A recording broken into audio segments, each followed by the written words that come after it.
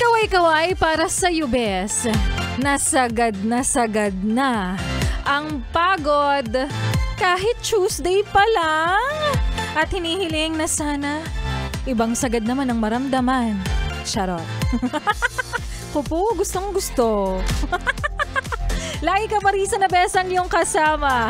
Ang iyong kakwentuhan, kachismisan at karamay. Para dun sa mga best natin na may kasabayan ng mga kamote ngayon sa kalsada. Kasama rin ang susunod po nating kanta na para sa mga nanunuyo at hindi pa rin sumusuko. Kaya naman here's It's Sumo by Dice and K9. Dito sa iyong paboritong istasyon, nakabanding ang 101.1. Yes, the best.